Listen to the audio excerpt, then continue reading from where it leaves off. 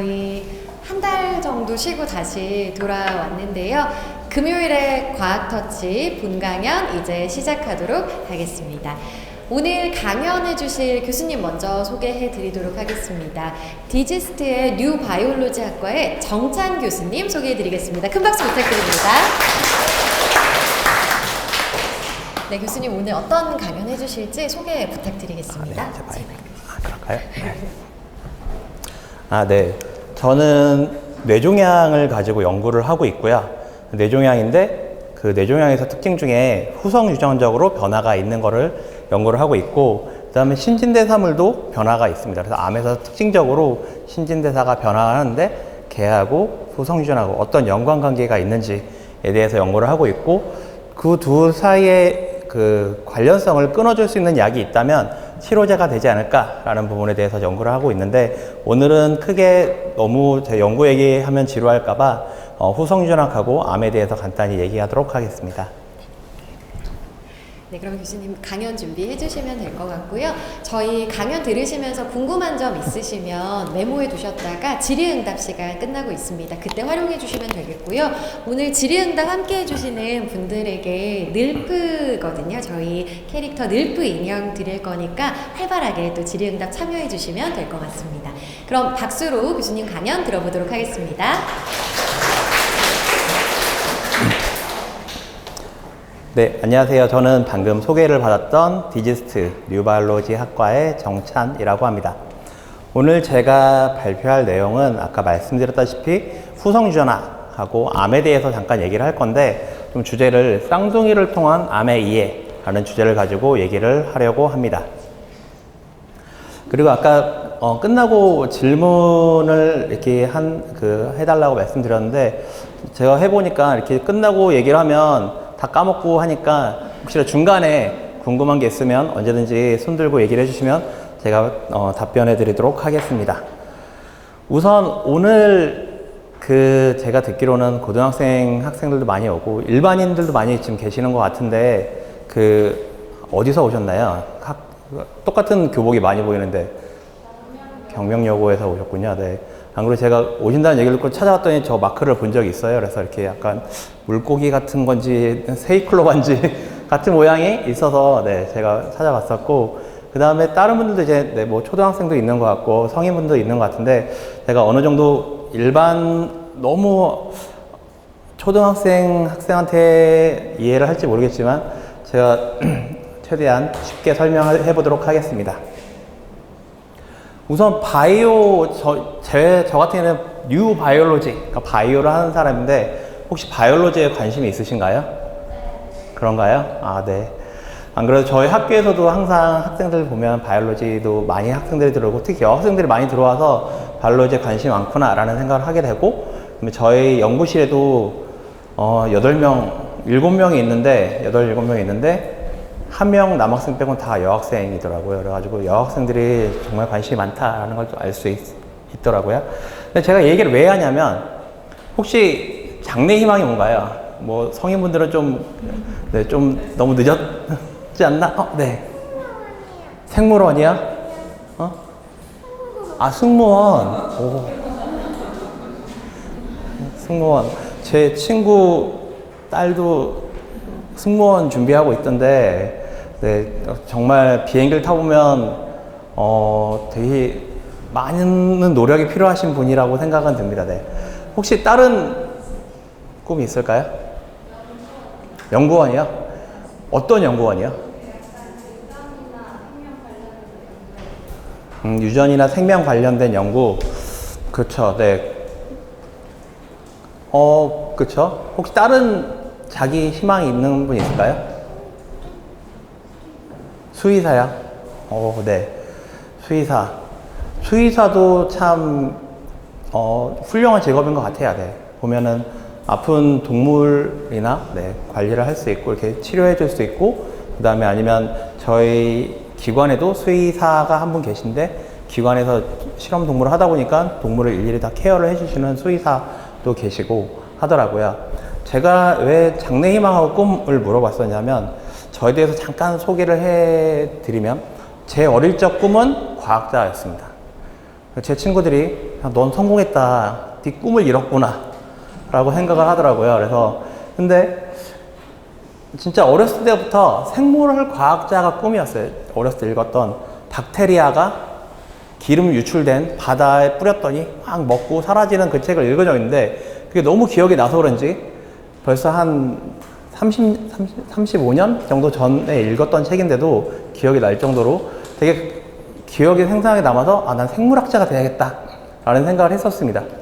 그래서 그런지 대학을 갈 때쯤에 이제 생명과학과를 갔고 그 다음에 석사도 생명과학과를 간 다음에 이제 외국으로 유학을 가서 세포병리학, 여기도 마찬가지로 병에 대한 생물학을 연구를 해서 박사를 취득했습니다.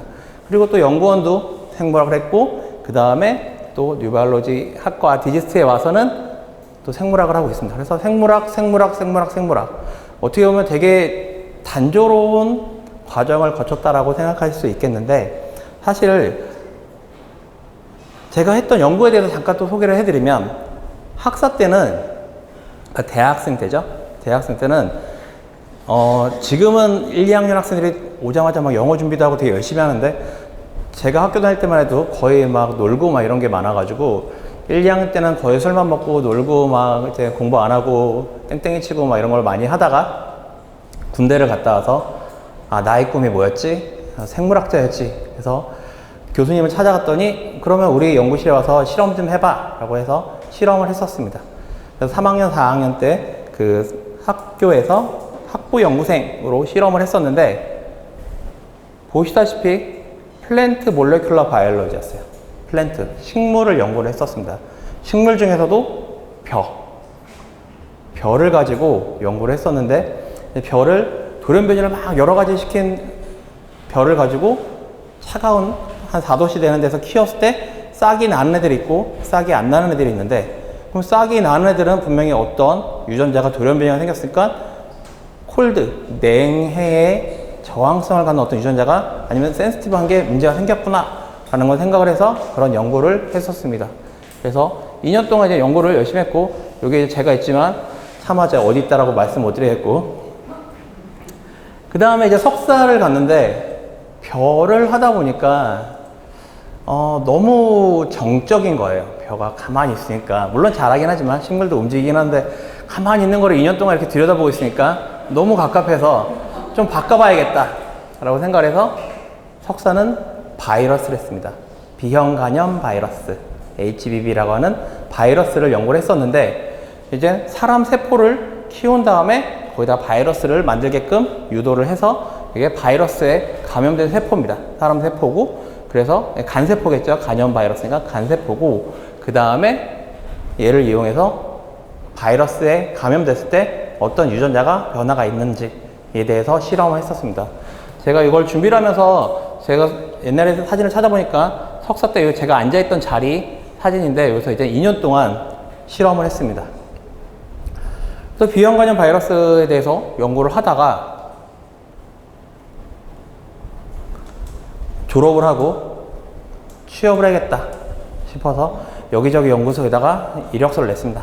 한국도 내고 미국도 내고 했는데 마침 미국에서 그 연구소에서 이 BBRI라고 하는 보스턴 바이오메디컬 리서치 인스티튜트라고 하는 연구소에서 오퍼가 왔습니다. 여기 연구소에서 일해볼 생각 없냐 해서 여기에 갔는데 우선 이력서는 막 보냈습니다. 막 여기저기 보냈기 때문에 어디에 내가 뭘 보냈지? 생각했는데 나중에 가서 봤더니 헌팅턴 질병하고 그 다음에 프리온 그 광우병 관련된 그 성인 뇌질환, 퇴행성 뇌질환에 대해서 연구를 하는 데였습니다. 그래서 전혀 그러니까 아는 지식이 없어서 또 공부를 열심히 하면서 했는데 여기서는 특이하게도 이 그 헌팅턴하고 그 프리온이라고 하는 거는 프로테인, 단백질이 이렇게 막 이상하게 꼬여가지고 되는 거라 우리가 빵 먹을 때 넣는, 빵 만들 때 넣는 효모에다가 여기에 특징적인 유전자를 넣어서 얘네가 어떻게 꼬여있고 그다음에 어떤 약을 처리하면 얘네가 그 단백질이 풀어지고 그러면 치료제가 되지 않을까라는 것을 요 뇌질환인데 효모를 이용해서 연구를 또 2년 반 정도 했었습니다. 그래서 연구를 하다가 다음에는 박사를 가야 되는데 갑자기 신부님이 되기로 했습니다. 이게 되게 심각한 얘기였는데, 이제 미국에서 생활을 하다 보니까 행복이란 무엇인가? 그런 거에 갑자기 이상한 거에 빠져가지고, 이상한 건 아니지만 하여튼 거기에 너무 심취해가지고, 아, 이게 내가 연구가 나만 좋아서 하는 건가? 라는 생각을 계속 했었고, 그 다음에 정말 내가 행복한가? 라는 거에 고민을 해가지고, 신부님이 될까라는 고민을 많이 해서 그 예수의 수도에도 찾아가고, 봉쇄수도원이라고 하는 데도 가보고, 근데 그때 마침 또 같이 고민했던 그 성당에 같이 고민했던 그때 당시 동생이었는데 그 동생이랑 같이 고민했습니다. 그래서 막 맨날 이제 1년 먼저 신학교를 들어갔는데 1년 뒤에 저를 찾아와가지고 형 너무 좋다. 자기는 너무 행복하다. 같이 하자.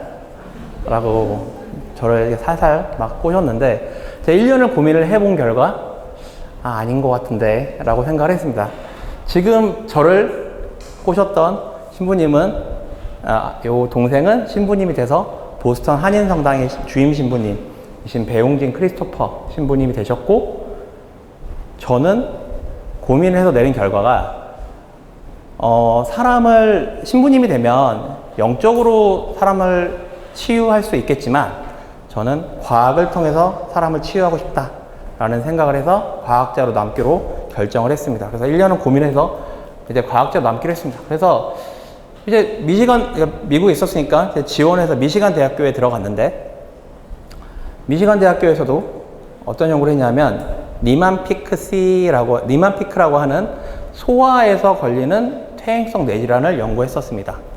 이게 무서운 병이 뭐냐 하면 거의 소아 때 뭐 한 5, 6살 때, 7살 때 시작을 해서 20세 되기 전에 죽습니다. 네, 치료제가 당연히 없고요.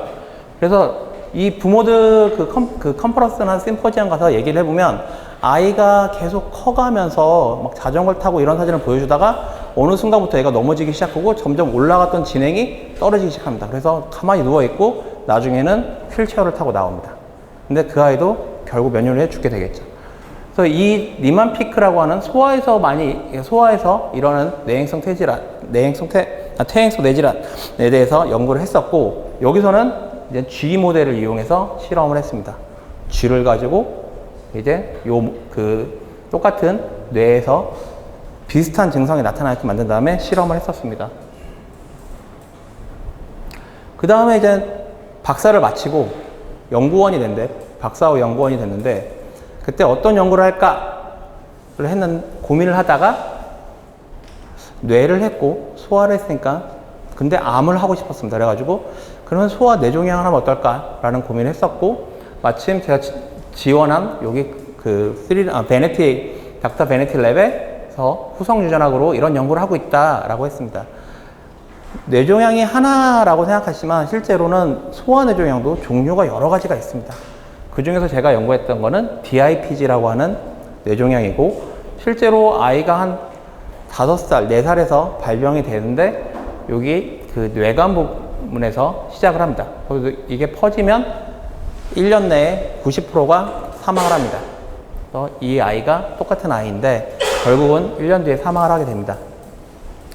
치료제가 없습니다. 네, 치료제가 없어가지고 그냥 부모는 아이가 죽는 거를 1년 내에 죽는다는 선고를 받으면 그냥 볼 수밖에 없고, 하다못해 방사선 치료도 너무 어린 경우에는 치료를 할 수 없기 때문에 방사선 치료도 안 되고 그냥 볼 수밖에 없고, 그나마 좀 큰 아이들은 방사선 치료하고 화학 치료를 하지만 마찬가지로 95%가 5년 내로 사망하게 됩니다. 그래서 이제 소아 뇌종양을 연구를 하다가 이제 한국에 와서 교수로 자리를 잡으면서는 소아 뇌종양에다가 성인 뇌종양 같이 하면 어떨까라고 해서 성인 뇌종양에 대한 연구를 지금 하고 있습니다.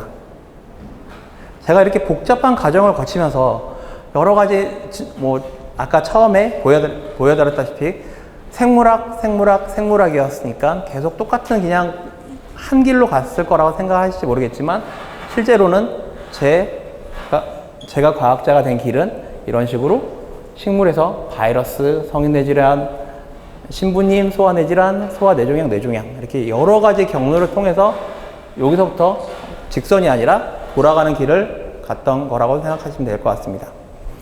이거에 대해서 제가 얘기한 거는 이따가 끝날 때 다시 한번 말씀드리겠습니다. 그럼 뇌종양을 얘기하는데 왜 후성유전학을 얘기를 할까?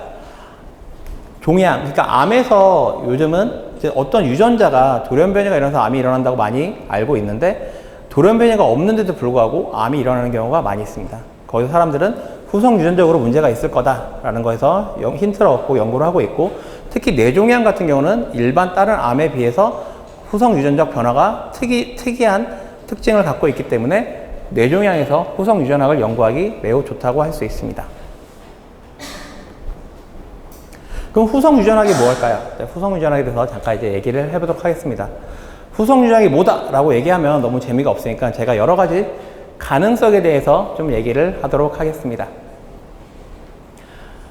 유전학에 있어서 가장 큰 기여를 한 사람은 당연히 멘델이라고 할 수 있겠죠. 유전의 법칙에 의해서 멘델이 있고 그 다음에 제가 생각했을 때 현대 유전학에 가장 큰 기여를 한 사람은 이 두 사람이라고 생각합니다.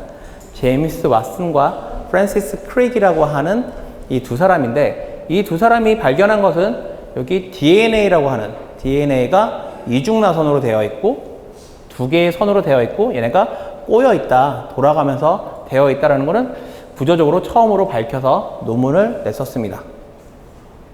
그래서 그 공로를 이제 1953년도에 논문이 나갔는데 보통 이제 노벨상 받으면 한 20년, 30년이 걸리는데 53년 했는데 62년, 9년 만에 노벨상을 받게 됩니다. 노벨 생리의학상을 받게 돼서 이 세 사람이 공동수상을 하게 됩니다. 근데 이 얘기를 왜 했냐면 그 크릭이 DNA 구조를 밝힌 거 이외에 또 다른 새로운 아이디어를 제시를 했는데 그게 센트럴 도그마입니다. 생물학의 중심 원리라고 하는 센트럴 도그마라는 것을 1957년에 학회에서 센트럴 도그마라는 여기 이론을 발표합니다. 그리고 1년 있다가 그걸 다시 정리해서 논문으로 내게 됩니다. 그래서 그때 당시엔 컴퓨터가 없었으니까 타자기로 이렇게 다 쳐서 포토샵이 없어서 손으로 이렇게 다 그렸습니다. 다 그려서 논문을 냈는데 너무 그림이 좀 지저분해서 제가 다시 정리를 해서 갖고 왔는데 자, 센트럴 도그마는 DNA를 바탕으로 RNA를 만들어내고 이 RNA를 바탕으로 단백질을 만든다라고 하는 이론이 센트럴 도그마입니다. 그래서 DNA, RNA, 얘를 바탕으로 프로테인, 단백질이 만들어진다 라는 건데 이게 왜 중요하냐면 그렇다면 자, 우리 몸에 다 단백질로 이루어져 있다면 DNA가 같으면 똑같은 단백질을 만들겠죠. 그렇죠? 즉 유전 정보는 다 DNA에 담겨져 있다 라고 생각을 할 수가 있습니다. 그래서 이 DNA에 우리가 만들 수 있는 모든 유전 정보를 가지고 있다. 나는 왜 눈이 두 개지? 나는 왜 아빠를 닮았지? 나는 왜 머리카락이 검은색이지? 다 모든 정보가 DNA 안에 있다고 할 수 있죠. 그러면 유전자가 같은 사람이 있다. 누굴까요? 일란성 쌍둥이. 그쵸? 네, 쌍둥이가 분명히 두 사람은 동일한 DNA를 가지고 있습니다. 그 얘기는 외형이 똑같겠죠. 그렇죠? 유전 정보가 같았으니까. 그래서 똑같이 생긴 외모는 당연히 같을 수밖에 없습니다. 그럼 외모만 같을까요? 사람들이 이제 최근에 한 몇 년 전에 나왔던 이제 영화의 트윈스터즈라고 하는 이제 영화가 있는데 이 영화를 간단히 얘기를 해보면 그때 당시에 지금은 잘 안 하지만 페이스북이 되게 활발하게 사용되고 있었습니다. 페이스북이 활발하게 되어 있었는데 사만다라고 하는 이 여자아이가 페이스북에 자기 사진을 올리고 막 자기 일상을 다 공유를 했는데 프랑스에 있는 어떤 친구들이 이 아나이스라고 하는 여자애한테 야, 미국에 어떤 애가 네 사진을 도용해서 네 흉내를 내고 있어. 네 일상을 다 카피해서 너 행세를 하고 있어 라고 합니다. 그래서 이 아나이스가 페이스북 DM으로 보냅니다. 너 누구냐고. 누구냐고 그랬더니 어이가 없죠. 나는 난데. 사만다라고. 그래서 알고 봤더니 둘이 일란성 쌍둥이였는데, 그걸 추적을 해보면 옛날에 부산에서 태어났는데 버려져서 쌍둥이 둘이 각각 서로의 존재를 모른 채 한 명은 미국으로 입양이 되고 한 명은 프랑스로 입양이 됩니다. 그럼 서로 둘에 대해서 전혀 모르기 때문에 각자 독립적으로 컸는데 둘이 만나서 이제 얘기를 해봅니다. 물론 페이스북으로도 막 얘기를 하고, 페이스타임 있죠. 그때는 페이스타임으로도 얘기도 하고, 그 다음에 만나서 얘기를 했는데 웃는 소리도 똑같습니다. 웃음소리도 똑같고, 서로 본 적이 없는데, 영향을 주고받은 적이 없는데도 웃음소리도 똑같고, 하면 당근도 서로 딱 얘기해봤더니, 야, 나 당근 싫어하니까, 나도 싫어하는데, 서로 당근도 싫어합니다. 싫어하고, 해리포터에 열광을 했고, 그 다음에 하다못해 졸업식 때 사진을 서로 막 사진첩을 막 보여줄 거 아니에요? 난 이렇게 커왔어. 봤더니, 고등학교 졸업식 파티가 있는데, 프롬나잇이라고 하는 파티 때 입었던 드레스도 비슷합니다. 옷 입는 취향도 비슷할 정도로 둘이 외모뿐만 아니라 여러 가지 비슷한 면이 있더라 라는 게 이제 이 영화에서 나오게 됩니다. 그럼 이상형은 어떨까요? 실제로 미국은 워낙 땅이 넓기 때문에 각 형제들이 저 지역 멀리 한 100km, 200km, 300km 떨어진 데 살고 있고, 그 다음에 떨어져서 사는 경우가 있는데, 마침 결혼을 해보면 형, 나 좋아하는 사람이 생겼어 하고 데리고 왔는데, 나도 데리고 왔는데 쌍둥이입니다. 이렇게 서로 쌍둥이를 데리고 옵니다. 물론 한국에서는 그 친족 관계 때문에 이게 쉽지가 않은데, 미국에서는 그런 거 별로 신경 안 쓰기 때문에, 그래서 둘이 결혼을 합니다. 둘이 결혼하고, 재밌게도 태어난 아이는, 이 두 아이는 각자 아빠 엄마가 다름에도 불구하고 유전적으로 분석을 해보면 형제보다 더 가까운 유전을 갖고 있습니다. 왜냐면 쌍둥이에서 낳기 때문에 형제보다 더 가깝습니다. 여기 형제가 있으면 형제보다 이 둘이 더 유전적으로 가깝다라고 할 정도로 이 두 아이는 되게 똑같은 걸 갖고 있는데, 근데 이 쌍둥이가 다른 쌍둥이를 좋아하는 거는, 이거는 한 예지만 미국이나 중국에서 기사를 검색해보면 되게 많은 예가 보입니다. 많은 예가 보여서, 그래서 이 쌍둥이도 서로 좋아하는 이상형마저도 같나? 왜냐면 유전자가 같으니까. 유전 정보를 같은 거를 공유하고 있으니까 성격, 좋아하는 거, 이상형도 같지 않을까라고 사람들이 생각을 할 수 있습니다. 근데 쌍둥이는 나랑 상관없는데, 물론 어느 날 이제 어머니가 사실은 너에게 쌍둥이가 있단다 라고 하지 않는, 약간 막장 드라마가 아닌 이상은 쌍둥이 본인은 없잖아요. 그렇죠? 본인은 없기 때문에 이제 여기서 실험실에서 만들 수 있는 쌍둥이를 잠깐 얘기를 해보겠습니다. 보면은 이제 복제양 돌리라고, 이제 태어나기 전일 것 같은데요, 어떤 학생들은. 이때 당시에 워낙 획기적이어서 신문에 대서특필할 정도로 많이 나왔습니다.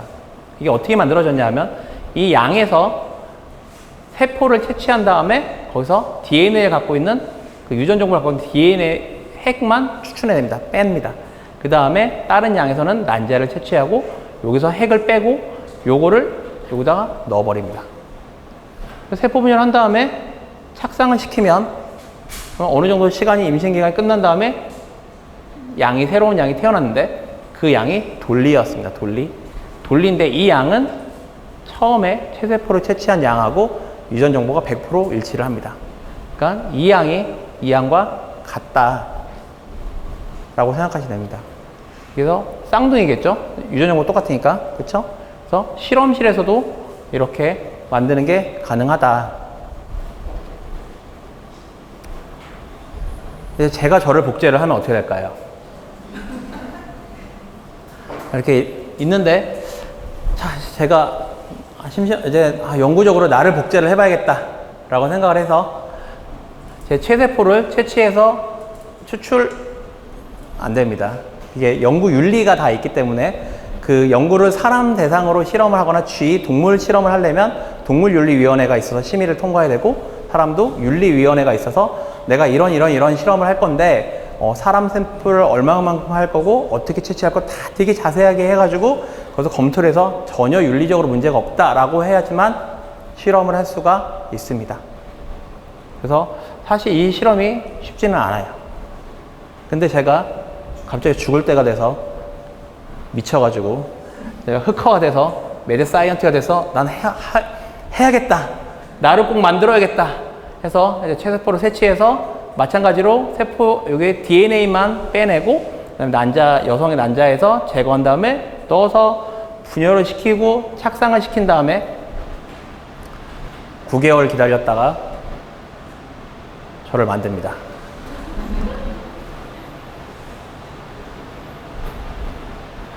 근데 하나만 만들면 좀 너무 심심하니까 너무 부족해. 두 명도 만들고 3명도 만들고 4명도 만들고 계속 만듭니다. 제가 만들면 생각을 할 수 있겠죠.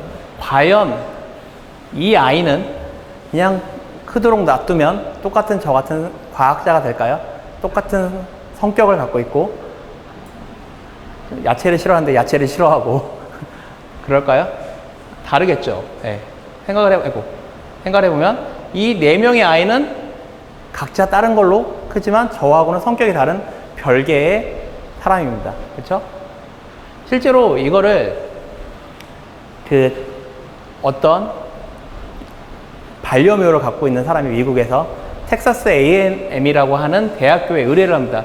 자기 반려묘 레인보우가 있는데 너무 사랑스러운데 죽게 생겼습니다. 나이가 들어서 죽게 생겨가지고 얘를 복제해달라고 의뢰를 합니다. 텍사스 A&M이라고 하는 대학교에.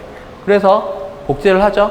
마찬가지로 여기서 체세포를 하나 뗀 다음에 핵만 해서 난자에 넣어서 그 다음에 여기 대리모고 그래서 고양이가 태어났는데 이름을 CC라고 줍니다. CC, 카피캣이라고 해서 CC라고 줬는데 얘가 컸더니 이렇게 생겼습니다. 분명히 얼룩냥이었는데 고등어냥이가 태어났습니다. 그래서 반려묘 주인이 이거 어딘가 바뀐 것 같다. 이거 실험 뭐 잘못된 것 같다. 뭐 뒤바뀐 거 아닌가. 그래서 DNA를 채취해가지고 비교를 해봤는데 똑같은 고양이였습니다. 정말로 DNA가 쌍둥이임에도 불구하고 털 색깔이 아예 다르고 하다못해 주인이 나중에 얘기하기론 자기 레인보우는 되게 얌전했는데 CC는 너무 활발하다. 호기심도 많고 뭔가 좀 이상하다라고 생각될 정도로 같은 DNA를 갖고 있음에도 불구하고 다른 털 색깔을 갖고 있고 다른 성격을 갖고 있는 고양이가 태어났습니다.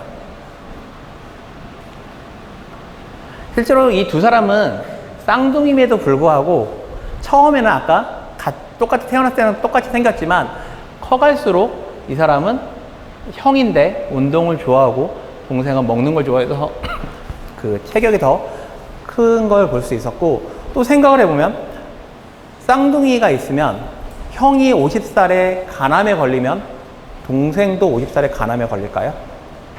그건 아니겠죠. 그렇죠? 형이 당뇨가 있으면 동생이 당뇨가 있을까요? 그것도 아니고요. 분명히 유전자가 똑같으면 같은 성격이나 아니면 같은 외모를 갖고 있는데 커가면서 이게 바뀌게 됩니다. 마지막 하나 더 얘기를 해보면 태아 발달에 대해서 잠깐 얘기해 볼게요. 난자하고 정자가 만나면 이렇게 수정태가 되는데 얘가 계속 세포 분열합니다. 세포 분열을 계속 하다가 어느 순간부터는 얘가 팔다리가 생기고 머리가 생기고 이런 식으로 발달이 되는데 우리 몸에는 한 28에서 30조 개의 세포가 있는데 분명히 하나의 세포에서 시작을 했단 말이에요. 그렇죠? 하나의 세포가 계속 가다가 어느 순간부터는 이렇게 바뀌면서 하나의 세포가 어느 건 뼈가 되고 어떤 건 머리가 되고 어떤 건 피가 되고 혈액이 되고 그다음에 뭐 키드니 각자 다른 모양의 세포로 모양이 만들어집니다. 분명히 하나에서 시작을 했는데 하나에서 시작했다는 건 똑같은 DNA를 다 갖고 있는데 이 우리 머리카락에서 뗀 세포하고 그 다음에 우리 피부 아니면 심장 어느 세포를 떼든지 DNA는 똑같이 갖고 있습니다. 근데도 불구하고 어떤 거는 머리가 되고 어떤 건 심장이 되고 다 바뀌겠죠. 실제로 실험으로도 가능합니다. 피부 세포를 떼서 거기다 어떤 유전자를 넣어주면 역분화라고 해서 다시 줄기세포로 가고 얘를 그러니까 신경세포로 분화시킬 수가 있습니다. 실험적으로 가능하고요. 그게 2000년대에 노벨상을 받았죠. 그래서 실험적으로 가능하다는 얘기는 뭐냐면 우리 몸에 있는 이 피부나 머리에 있는 그 신경세포가 똑같다라는 걸 얘기를 할 수가 있겠죠. 그러면 이제 질문이 다 나왔는데 같은 유전자를 가진 쌍둥이인데 왜 다를까? 그리고 하나의 세포에서 나왔는데 왜 어떤 건 머리카락이 되고 어떤 건 뼈가 되고 어떤 건 심장이 될까? 왜 다를까라는 거에 대해서 생각을 하게 됐습니다.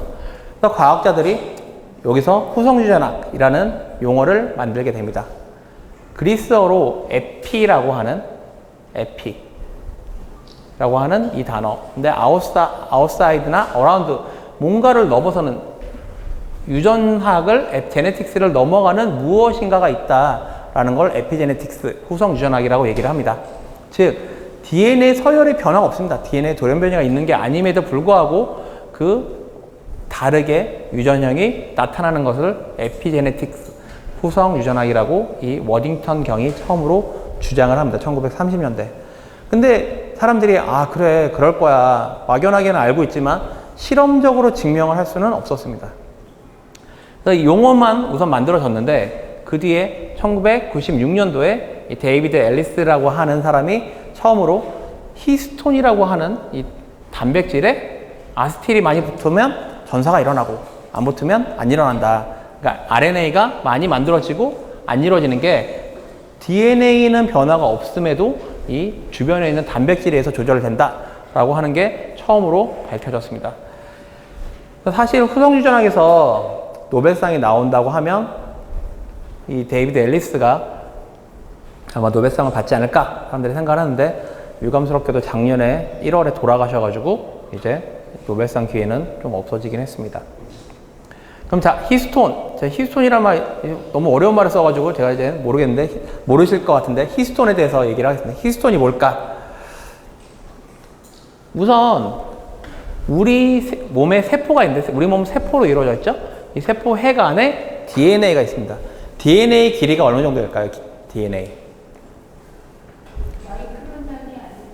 DNA요? 아닙니다. 더 큽니다. 네.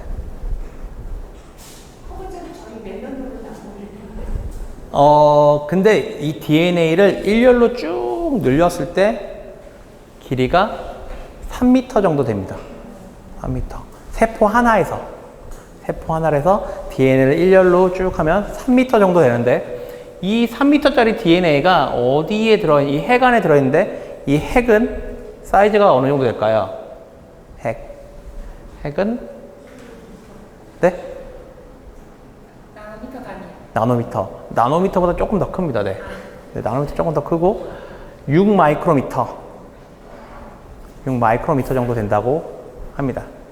6 마이크로미터면 이게 어느 정도지? 감이 안 잡히실 것 같아서 3m는 잘 알겠지만 6 마이크로미터는 잘 모르실 것 같아서 비교할 수 있는 게 머리카락 굵기가 한 80에서 100 죄송합니다. 이게 마이크로미터인데 잘못 나와 있네요. 네. 80에서 100 마이크로미터. 그러니까 머리카락 굵기의 한 15분의 1 정도 된다라고 생각을 합니다. 그 안에 그렇게 조그만 거 안에 3m짜리 DNA를 막 구겨 넣어야 됩니다. 구겨 넣어야 되니까 뒤죽박죽이 되겠죠. 이 안에가 뒤죽박죽이 되니까 좀 더 정리를 하고자 이 세포에서 이 DNA가 이 히스톤이라고 하는 거에 감겨서 실패에 이렇게 감겨서 넣듯이 이런 식으로 되어 있습니다. DNA가 히스톤에 감겨서 있습니다. 실제로 이건 전자현미경 사진인데 전자현미경에 보면 여기 실처럼 이렇게 연결되어 있고 이렇게 점이 점점점점점 있는 게 다 히스톤입니다. 그래서 DNA가 히스톤을 통해서 이렇게 연결되어 있다. 그래서 감아서 연결되어 있다. 라고 알고 계시면 될 것 같고, 히스톤 같은 경우는 단백질이 4개로 되어 있습니다. 2AB, 그 다음에 3, 4 이렇게 4개가 있는데 이게 두 쌍이 돼서 총 8개가 모여서 이렇게 레고처럼 딱 모여 있습니다. 8개가 모여서 이 컴플렉스가 DNA가 감싸고 있습니다. 근데 히스톤이 그냥 DNA를 그 조그만 핵안에 패킹하는 역할만 할까? 라고 사람들이 생각했는데, 추가적으로 새로운 걸 발견했는데, 실제로 보면 이게 색깔 그 파란색, 노란색, 빨간색, 초록색이 히스톤인데, 그리고 요 주변에 있는 게 DNA입니다. DNA가 감싸고 있는데 보니까 이런 식으로 초록색이 조금씩 파란색하고 빨간색, 노란색이, 초록색이 삐져나와 있습니다. 꼬리 부분이 이렇게 DNA 밖으로 삐져나와 있다 라는 거 볼 수 있었고, 8개니까 8개의 꼬리가 있겠죠. 구미호도 아니고 8개의 꼬리가 이렇게 있는데, 이 8개가 어떤 역할을 할까 사람들이 생각을 하게 됐습니다. 나중에 연구를 통해서 밝혀진 게, 이 나와 있는 꼬리 부분에 어떤 거를 붙여주거나 아니면 떼주거나에 따라서 약간 바코드, 우리가 상품 바코드를 하듯이 이렇게 바코드로 읽을 수 있는 기능을 합니다. 그래서 뭐가 붙어 있으면 어떤 단백질이 와서 얘는 뭐가 붙어 있네? 이렇게 만들어야지. 아니면 얘는 없네? 다른 단백질이라서 걔를 인식하고 띡 찍었더니 얘는 통과, 얘는 통과 못함. 이런 식으로 구분을 할 수 있습니다. 그래서 얘가 붙여주거나 이렇게 떼주거나 바탕으로 읽을 수 있는 역할을 한다라고 생각하시면 될 것 같습니다. 그러면 태깅 이렇게 뭔가 붙여줬는데 얘가 무슨 역할을 할까에 대해서 좀 생각을 해봐야겠죠? 그 전에 그래서 요 태깅은 요 앞에 요것만 있는 게 아니고, 그러면 종류가 어느 정도 될까라고 했을 때, 아까 2A, 그 다음에 2B, 3, 4 이렇게 4종류가 있다라고 했는데, 각각 이게 꼬리만 나온 겁니다. 꼬리만 봤을 때 한 50개 종류 정도의 그 아미노에시드에 이렇게 붙일 수 있는 게 아세틸화, 메틸화, 인산화 이런 식으로 여러 가지가 있고, 최근에는 많은 논문을 통해서 락틸화 아니면 다른 여러 가지 마커들이 붙어서 이렇게 표시를 할 수 있는 게 점차 늘어나고 있습니다. 그러면 얘네가 붙여서 뭘 할까라고 생각을 하는데, 제일 간단한 거는 어떤 게 붙었으면 이 히스톤하고 DNA가 꽉 붙어 있습니다. 꽉 붙어 있어서 더 이상 아무것도 못 붙게, 우리 더 이상 오밀조밀하게 다 이렇게 지하철에서 붙어 있으면 더 이상 사람들이 들어올 수 없잖아요. 그런 것처럼 얘네가 딱 붙게 만들어서 하는 게 있고, 그 다음에 아니면 좀 느슨하게 공간하고 공간이 있으면 이런 식으로 오픈이 되니까 여기에 뭐가 붙을 수 있게 하는 이 두 가지를 나타낼 수가 있습니다. 그래서 요거를 지금 그림상으로 하면 제가 좀 지루할까봐 제가 좀 갖고 왔는데, 자, 이거를 가지고 잠깐 설명을 할게요. 혹시 저를 도와주실 분이 한 분 있을까요? 잠깐 나와서. 잠깐 이거 나와서 잡아주세요. 자, 요 끝에를 잡아주세요. 네. 자, 이게 DNA예요, DNA. DNA가 이렇게 있는데, 이렇게 늘어져 있으면, 얘네가, 자, 이렇게 길게 되어 있으면, 공간이 생겼으니까, 얘가 붙어서 이런 식으로 읽어 들어가면서 RNA가 쭉 나올 수 있겠죠. RNA가 만들어집니다. 뭐가 붙어서 여기서 이렇게 마이크가 있으니까 제가 잘 안 되네요. 제가 혼자 연습할 땐 잘 됐는데, 자, 이렇게 해서 이렇게 쭉 읽어 들어가면서 DNA를 읽으면서 얘가 RNA가 점점 이렇게 나올 수가 있겠죠. 그래서 RNA가 이렇게 만들어집니다. 근데 만약에 그게 진정 염색질이라고 하는 이렇게 느슨한 공간이 생기는 거고, 근데 만약에 얘가 어떤 바코드가 붙으면서 딱 붙어버렸다 라고 하면 더 이상 이 인자가 붙을 수가 없으니까 얘가 RNA를 만들 수가 없겠죠. 그래서 이 두 가지로, 네, 감사합니다. 그래서 이 두 가지로 조절을 할 수 있다라고 생각을 하시면 될 것 같습니다.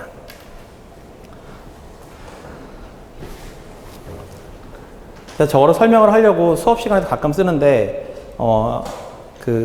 제 아이 장난감을 몰래 갖고 왔는데, 네, 매번 찾을 때마다 없어졌다고 하는데 이걸 보면 안 될 것 같아요. 그래서 얘기했듯이 아까 딱 붙어 있으면 RNA가 못 만들어지니까 이런 단백질이 안 만들어진다 라고 생각을 하시면 될 것 같습니다. 그 다음에 다른 후성 유전적 조절이 아까 얘기한 그 히스톤의 조절, 어떤 마커들이 택이 붙으면서 얘네가 느슨해지고 딱 붙어서 조절하는 게 하나가 있고, 다른 또 설명할 수 있는 거는 DNA 메틸레이션, 메틸화에 대해서 잠깐 얘기해 보도록 하겠습니다. DNA라고 하면 우리가 ATCG, 아데닌, 구아닌, 티민, 시토신이라고 하는 요 네 가지가 있는데, 그 중에서 시토신이라고 하는, 사이토신이라고 하는 요 부분에 이렇게 생겼는데, 요 부분이 메틸이 붙으면 메틸화가 됩니다.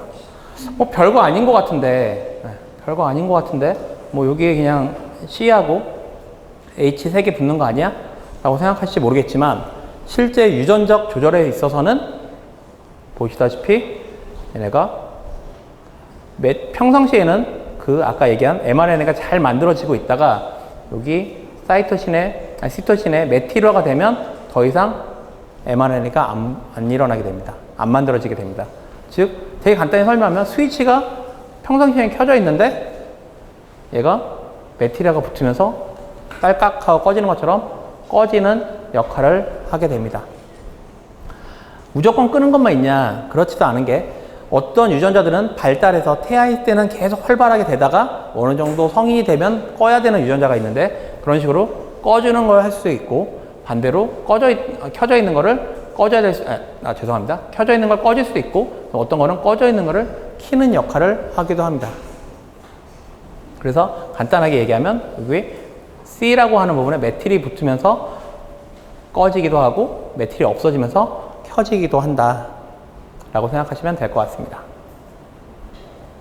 그럼 여기까지 이제 두 가지를 가지고 얘기를 하면, DNA 메틸화하고 히스톤 조절에 의해서 분명히 같은 유전자를 갖고 있음에도 불구하고 어떤 사람은, 이 사람은 유전자가 켜지기도 하고 꺼지기도 함에 따라서 비만인 사람이 되기도 하고 건강한 모양을 유지하기도 한다는 것을 알 수가 있습니다. 그래서 천성적으로는 처음에는 같은 유전자를 갖고 있지만 커가는 환경에 의해서 되게 유전자 조절이 달라진다 라고 생각하시면 될 것 같고, 그러면 비만에 대해서 잠깐 얘기를 해보면, 분명히 여기도 쌍둥이인데 더 뚱뚱하죠? 우리가 뭔가를 먹는 거에 의해서, 자, 우리가 많이 먹어야 밤에 가서 야식도 먹고 콜라도 먹고 뭐 단 것도 먹고 뭐 여러 가지 막 먹는데, 먹으면 이제 점점 비만에 가까이 체형이 점점 커지겠죠? 근데 그러다 비만이 되고, 생각을 해보면 이 두 사람, 날씬한 사람하고 비만인 사람 사이에 먹는 거 가지고 어떻게 유전자가 달라졌을까요? 어떤 유전자가 내가 많이 먹으면 비만에 관한 유전자가 켜진다, 아니면 돌연변이가 생긴다, 그렇게 생각할 수는 없잖아요. 먹는 거 하나만 가지고. 그렇죠? 그래서 여기서 후성 유전적으로 어떻게 조절이 될 거다라고 생각을 하는데, 그럼 얘기했듯이 먹는 거를 통해서 어떻게 후성 유전적으로 조절을 할 수 있을까요? 실제로 우리가 음식을 먹으면 뭐 지방산, 아니면 당, 아니면 뭐 아미노산 여러 가지가 있는데, 이것들이 이렇게 여러 가지 작용을 통해서 이런 게 막 만들어집니다. 막 만들어지는데, 실제로 만들어지는 아세틸코에나 요 알파케이지 이런 것들이 후성 유전, 아까 히스톤 할 때 요 아세틸화 어떤 걸 붙이거나, 아까 그 히스톤에다 태깅을 한다 그랬잖아요. 태깅할 수 있는 재료가 됩니다. 재료. 그래서 많이 먹어서 이런 게 많이 만들어지면 얘가 태깅을 하면, 아까 얘기했죠?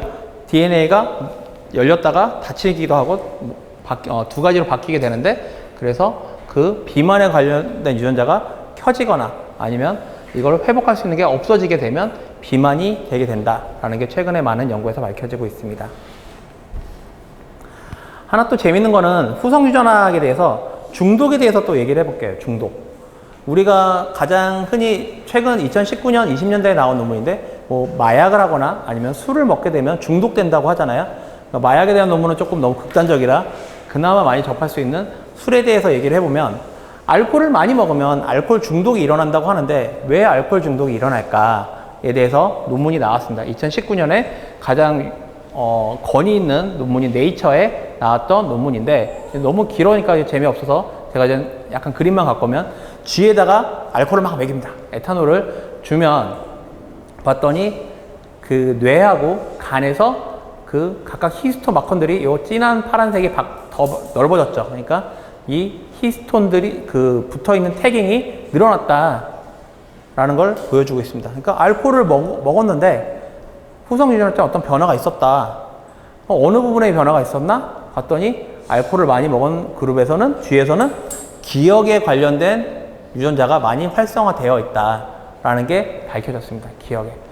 근데 알코올이 그럼 어떻게 기억에 대한 아까 그 히스톤을 바꿀까? 보면 요 에탄올이 그 아세트알데하이드가 되고 아세테이트가 됩니다. 근데 아세테이트가 혈관을 타고 돌아다니다가 뇌에 가면 요 ACSS2라고 하는 요 단백질이 아세틸코에가 되는데 이게 아까 얘기한 히스톤 원료가 됩니다. 그래서 히스톤 마킹을 막 붙여주는데 그 중에서도 기억에 관련된 애들이 마킹을 막 붙여주니까 얘네가 활성화되고 더 잘 유전자가 증가를 하게 됩니다. 실제로 이제 실험을 해봤습니다. 그래서 요 기억을 할게 ACSS2가 중요하다. 아세테이트가 아세틸코에니까 얘가 되게 중요하다라는 걸 잠깐 기억을 하시고 자 쥐를 실험해봤습니다. 쥐에다가 그냥 정상 쥐에다가 칸을 2개로 나누고 처음에 쥐를 나눈 다음에 어느 쪽으로 갈래? 라고 했을 때 여기서 그냥 아무 데나 막 갔습니다. 랜덤으로 무작위로 막 갔는데 첫째 날은 알코올을 주고 이쪽 방에 흰색 방에다 두고 둘째 날은 회색 방에 넣고 식염수를 주고 셋째 날은 알코올 넷째 날은 다시 이 방에 넣고 식염수 왔다 갔다 해서 교육을 시킵니다. 그 다음에 교육이 끝난 다음에 딱 여기 딱 가운데 놓으면 내가 그래 알코올이야 하고 알코올로 다 갑니다. 알코올 쪽으로 월등히 높은 대부분의 마우스들이 요 알코올이 난 좋은 기억이 있어. 그래서 이쪽으로 다 가게 됩니다. 그러니까 중독이 된 거죠. 그럼 정말 맞나? 아까 요 유전자가 되게 중요하다고 했잖아요. 요 유전자가 없는 쥐를 만들어 봤습니다. 없는 쥐를 만들어 봐면 얘네가 아무리 교육을 시켜봤자 또 알코올, 그 8일 후에, 아니 9일 때 되던 날에 여기다 놓으면 쥐가 가고 싶은 데로 갑니다. 이런 식으로 알코올 쪽으로 가는 게 아니고 그냥 좌우로 가는 게 똑같이. 그러니까 알코올 중독이 안 일어난 거죠. 무슨 얘기냐면 우리가 알코올을 먹었을 때 이게 분해가 돼서 어떤 특정한 산물을 만들고 그 다음에 걔가 후성 유전학적 변화를 줘서 중독을 일으킨다 라고 하는 게 2019년에 나온 논문이고 마찬가지로 그 마약도 헤로인도 비슷한 실험을 해가지고 또 증명을 한 게 있습니다. 자 그럼 이제 암에 대해서 잠깐 얘기를 해보면 암이 뭘까요? 암이 뭘까요?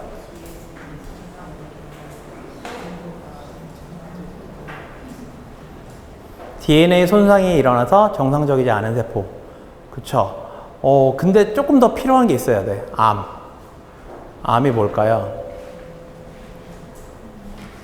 암에 대해서 혹시 생각해 보신 적 있을까요? 암에 무시무시하잖아요. 막 걸리면 다 죽고 네, 하는데 왜 암은 도대체 뭐를 암이라고 할까요? 뭔지 이유, 그러니까 발생을 왜 하는지 어떻게 진행되는지 그런 걸 예전에 많이 몰랐으니까 어두운 암이라고 그런 거 아닌가요? 어두울 암자는 아니고 솔직히 암은 옛날에 히포크라테스 때도 이 캔서라고 불렀던 게 개 칸키노스라고 하는 그리스어에서 나왔는데 히포크라테스가 처음 발견했습니다. 그 얘기는 그때 당시에도 암은 있었죠. 그렇죠. 네. 그래서 암이 최근에 물론 많이 발견됐지만 옛날에도 있긴 있었습니다. 네. 암이 뭘까요? 도대체 암에 걸리면 왜 죽을까요? 네, 맞습니다. 네. 세포가 그냥 무작위로 자라는 겁니다. 조절이 돼야 되는데 어느 정도 세포가 자라다가 뭐 멈추고 계속 자라고 해야 되는데 암은 몰라 계속 자랄 거야. 계속 자랍니다. 혼자서 계속. 그래서 조절이 안 되고 비정상적으로 자라는 질병. 무한증식을 한다는 맞습니다. 뭐 좀 옛날에 영화, 지금 학생들은, 옛날에는 설명을 하면 이제 알았는데 지금 학생들은 모르는데 매트릭스라는 영화가 있는데 옛날에 거기 스미스 요원이 그 세계에서 막 무한증식을 합니다. 그게 이제 암을 약간 형상화 시킨 건데 지금 학생은 잘 모르더라고요, 매트릭스를. 그래서 좀 너무 올드하지 않나 제가 그 설명이. 그래서 요새는 안 쓰고 있는데 하여튼 세포가 조절이 되지 않고 계속 자라는 게 암입니다. 우리 몸에서 계속 자라는 세포가 있나요? 그렇게 증식된 세포가 정상 세포를 먹는 거를 다 빼야 한다고 그러는데 그거는 제가 좀 이따 다시 설명해 드릴게요. 네. 우선 우리 몸에서 계속 자라는 세포가 뭐가 있을까요? 머리카락, 손톱 계속 자라죠? 근데 암이라 부르지는 않는단 말이에요. 그렇죠? 왜냐하면 머리카락, 손톱이 어느 정도 자라면 멈추게 되어 있는데, 물론 손톱 아니지만 빠지거나 수명이 있어서 멈추는데 조절이 되는 이 두 개는 조절이 되는 반면에 암 같은 경우는 조절이 되지 않습니다. 그래서 여기에는 원래 다른 세포가 있어야 되는데 이렇게 암세포가 계속 자라는 거죠. 아니면 뇌에서도 원래 있어서는 안 된 세포가 계속 자라다 보니까 이렇게 모양을 갖게 되고, 여기서도 폐에서도 이렇게 암이 자라게 됩니다. 그럼 아까 말씀하셨듯이 암에 걸렸을 때 죽는 이유는 뭘까요? 암이 막 독성 물질을 막 내뿜나요? 네?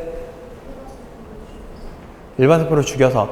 물론 죽일 수도 있는데 결국은 간암이 걸렸다라고 했을 때 그 암세포가 계속 자라면 간이 있어야 될 때를 계속 비집고 자라니까 간 기능을 떨어뜨립니다. 그래서 간 기능을 못하게 돼서 죽게 됩니다. 암세포로 그냥 암이 막 독성을 막 내서 죽이는 게 아니고, 특히 뇌도 그렇고요. 뇌도 정상적이니까 되게 필수적인데 폐, 간, 뇌 이런 식으로 필수적인데 걸린 암들은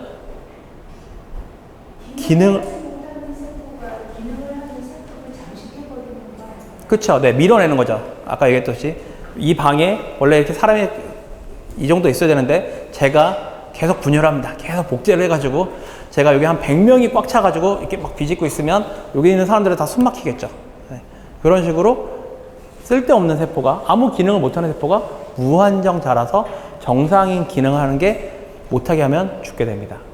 그렇기 때문에 암 같은 경우는 어디서든 이론적으로는 머리부터 발끝까지 어디서든 일어날 수는 있습니다. 하지만 만약에 기능적으로 꼭 필요하지 않는다. 예를 들어서 유방이라든지, 유방암 같은 경우는 유방암 가지고는 죽지는 않습니다. 그래서 유방암을 미리 절제를 하면 살 수 있는 게, 유방암이 전이가 돼서 특히 뇌나 폐 아니면 뼈로 전이가 돼서 전이가 됐을 경우는 심각하지, 만약 유방암만 가지고 거기에 딱 뭉쳐져 있으면 전혀 문제가 되지 않습니다. 대장암도 마찬가지고, 대장도 그 부분을 잘라내서 나머지 대장이 정상 기능을 하고 있다면 오래 살 수 있습니다. 그런 식으로 어떻게 보면 정상 기능, 그러니까 기능을 못 하더라도 문제가 없는 부위에서 자라는 암은 크게 문제가 안 되는데, 아까도 얘기했듯이 유방암 같은 경우도 다른 부위로 전이가 되면 죽게 됩니다. 그래서 이 암이 비정상적으로 자라면서 다른 부분으로 전이가 되거나 아니면 다른 부분으로 파고 들어갈 수 있는 기능이 생기면 그게 악성종양이라고 얘기를 합니다. 그럼 암이 어떻게 생길까요? 암 생기는 거를 보통 이렇게 두 가지로 얘기를 하는데, 우리가 세포가 계속 자라게끔 하는데 갔다가 차가 멈췄다가 갔다가 멈췄다 하는데 가게끔 하는 부분인데, 그게 프로토온코진이라고 하는 게 있습니다. 얘는 이제 정상일 때는 그냥 세포 분열이 잘 일어나게끔 하기 때문에 전혀 문제가 없는데, 발을 떼면은 멈추니까 조절이 됩니다. 조절이 되는데 갑자기 문제가 생겨서 얘가 계속 꾹 누르고 있으면 차가 계속 가겠죠. 세포 분열을 계속 하게 되니까 암이 될 수가 있습니다. 또 다른 유전자는 튜머 서프레서진이라고 해서, 우리가 DNA에 문제가 생겼을 때, 돌연변이가 생겼을 때 얘네를 고쳐줘야, 얘가 문제가 생겼네, 고쳐야지 라고 생각하는 애들이 있습니다. 파수꾼 역할을 하는 애들이 있는데, 그런 식으로 뭔가 문제가 생겼을 때 멈춰, 아니면 세포 분열이 멈춰, 그것도 안 되면 차라리 이 세포는 이제 죽어야겠어. 그래서 세포 사멸을 죽게끔 유도하는 여러 가지 우리의 보호해주는 역할을 하는 튜머 서프레서진이 있는데, 걔네가 만약에 고장이 나서 문제가 안 되려면 아무리 문제가 생겨도 고칠 수 있는 게 없기 때문에 암이 되기도 합니다. 그래서 실제로 온코진이나 튜머 서프레신이 여러 가지가 이렇게 있습니다. 그리고 이게 다가 아니고 점점점 수많은 유전자들이 온코진이나 튜머 서프레신으로 역할을 하게 됩니다. 그럼 모든 암 환자에서 다 이 유전자가 돌연변이가 있을까요? 또 그건 아니거든요.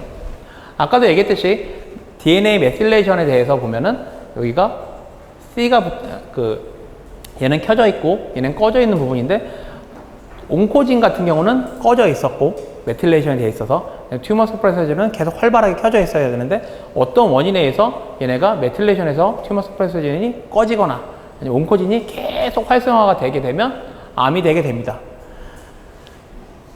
실제로 실험에서도 보면 그 폐암 환자 232명에 대해서 분석을 해봤더니 그 폐암 조직에서는 그 어떤 유전자가 다 메틸레이션이 되어 있습니다. 다 메틸레이션이 되어 있고, 근데 그 암 있는 거 말고 조금 떨어진 그 정상 폐 조직을 봤더니 그 부분은 메틸레이션이 안 일어나는 걸 볼 수가 있습니다. 그러니까 이 유전자는 이 암에서는 꺼져 있더라. 즉, 튜머 서프레서 진 같은 역할을 하고 있다라는 것을 밝혀냈었고, 그래서 이렇게 후성 유전적으로 조절이 가능하다, 암에서도. 그래서 암의 원인 중에 하나가 후성 유전자라고 얘기를 할 수가 있습니다.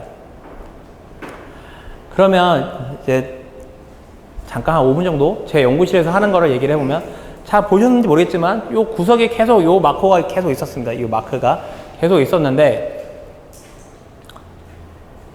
확대를 해보면 이렇게 되어 있습니다. 히스톤에 DNA가 감싸 있고 이게 CE, 캔서 에피제네틱스를 연구하는 랩이다 해서 제가 저희 학생들하고 이제 막 여러 가지 디자인을 만들다가 이 아이디어를 만들어서 저희 랩 마커를 만들었습니다. 왜냐하면 뇌종양에서는 전에는 이제 뇌종양을 병리학자들이 분류를 할 때 이 세포가 어디서 자라고 어떤 모양이고 그 다음에 얼만큼 심각한지에 따라서 분류를 했다면 2021년도부터는 어떤 유전자에 어떻게 돌연변이가 생기는지에 따라서 분류를 하게 되고, 그 중에서도 이렇게 히스톤 돌연변이에 대해서도 많이 얘기가 나오기 시작했습니다. 실제로 아까 그 앞에서 얘기했던 이제 소아뇌종양에 대해서 보면은 에펜디모마에서 자라는 이런 암이나 아니면 여기서 자라는 암이나 분명히 다른 종류의 암인데도 불구하고 히스톤의 변화가 있었다는 게 최근에는 많은 연구에서 밝혀지게 되었고, 그래서 저 같은 경우는 어떤 연구를 하냐면 암에서 신진대사가 만들어내는 어떤 산물들이 후성 유전적 변화를 주게 되고, 이 또 후성 유전적 변화가 다시 신진대사에 영향을 줘서 서로 파지티브 피드백으로 계속 암이 유지되게끔 만들어주고 있어서 이 둘 사이에 링크를 알게 되면, 이 부분을 차단을 하게 되면 후성 유전적으로 문제가 생기고 다시 신진대사에 영향을 줘서 암이 죽을 수 있지 않을까라는 거를 연구를 하고 있고, 이게 제 2020년도에 나온 캔서셀에 나온 논문인데 그 내용을 정리를 하고 있습니다. 그래서 아까 얘기했던 DIPG라고 하는 소아암에서 이런 식으로 후성 유전적으로 변화가 있고, 그 다음에 DNA 신진대사 유전자에 영향을 주고 있다라는 걸 하고 있고, 2023년 작년에는 요 신진대사물에 관련된 약을 처리를 했을 때 환자에서 지금 한 5년 이상 생명이 연장되고 있어서 그 효과가 있는 게 지금 임상 3단계에서 미국이 하고 한국도 하고 있다고 들었습니다. 그래서 그렇게 실험을 하고 있습니다. 그 다음에 그래서 결론을 얘기를 하면, 사람이 이제 모든 유전자가 똑같은 본성이 있고 그 다음에 주변에 환경이 있는데 뭐가 중요할까요? 이게 원래 갖고 있는 유전자고 이게 후성 유전자라고 얘기를 했을 때, 저는 솔직히 후성 유전학을 연구하고 있어서 그런지 몰라도 환경이 더 중요하다고 생각을 합니다. 아무리 내가 똑똑한 DNA를 갖고 있고 천재적인 사람이라고 해도 후성 유전적으로 노력하는 사람을 이길 수 없다고 생각을 합니다. 그래서 제가 좋아하는 말이 논어에 있는데, 천재는 노력하는 사람을 이길 수가 없고 노력하는 사람은 즐기는 사람을 이길 수도 없다라는 말이 있습니다. 그래서 아무리 내가 똑똑하더라도 노력하지 않으면 소용이 없고, 내가 조금 부족한 것 같아도 내가 계속 노력을 한다면 그 부분에 1등이 될 수 있을 거라고 생각을 합니다. 그러려면 내가 정말 좋아하는 게 무엇인지를 찾는 게 저는 중요하다고 생각을 하고, 아까 처음에 얘기했듯이 제가 생물학자 교수가 됐지만, 과학자가 됐지만, 여러 가지를 접해봐서 있기 때문에 제가 정말로 좋아하는 게 무엇인지를 찾을 수 있지 않았나라고 생각을 합니다. 그래서 학생들한테도 얘기를 해주고 싶은 말이, 자기가 좋아하는 것을 그러니까 여러 가지를 경험을 해봐야지 제가 좋아하는 것을 찾을 수 있다라고 얘기를 하고 있습니다. 실제로 저희 연구실에서 지금 여러 학생들이 다 연구를 하고 있는데, 제가 늘 얘기합니다. 뭐 증거로 지금 남을 수도 있겠지만 유튜브에 언제든지 자기가 좋아하는 걸 하고 싶으면 다른 연구실에 가도 된다고 얘기합니다. 제가 추천서도 써줄 수 있고, 하지만 내가 싫어하는 거를 여기서 앉아서 하고 있으면 그거만큼 힘든 게 없다라고 얘기를 하고 있고, 다행히 모든 학생들이 다 연구를 좋아해서 지금 여기 오기 전에도 붙잡혀서 1시간 정도 디스커션을 하고 제가 도망 나왔는데, 항상 학생들이 자기 연구를 너무 좋아해서 좀 너무 천천히 좀 하라고 얘기를 하지만, 이 학생들이 있어서 제가 지금까지 연구를 잘 할 수 있었던 것 같습니다. 네, 제가 준비한 내용은 여기까지입니다. 네, 감사합니다. 네, 오늘 강연해주신 우리 디지스테 정찬 교수님께 다시 한번 큰 박수 부탁드리겠습니다. 감사합니다. 네, 금요일의 과학터치 오늘 여기까지입니다. 저희는 다음 주 이 시간에 또 강연이 마련되어 있으니까요. 그 시간에 또 함께 해주시면 감사하겠습니다. 금요일에 과학과 더 가까워지세요. 금요일의 과학터치 모두 마치겠습니다. 고맙습니다.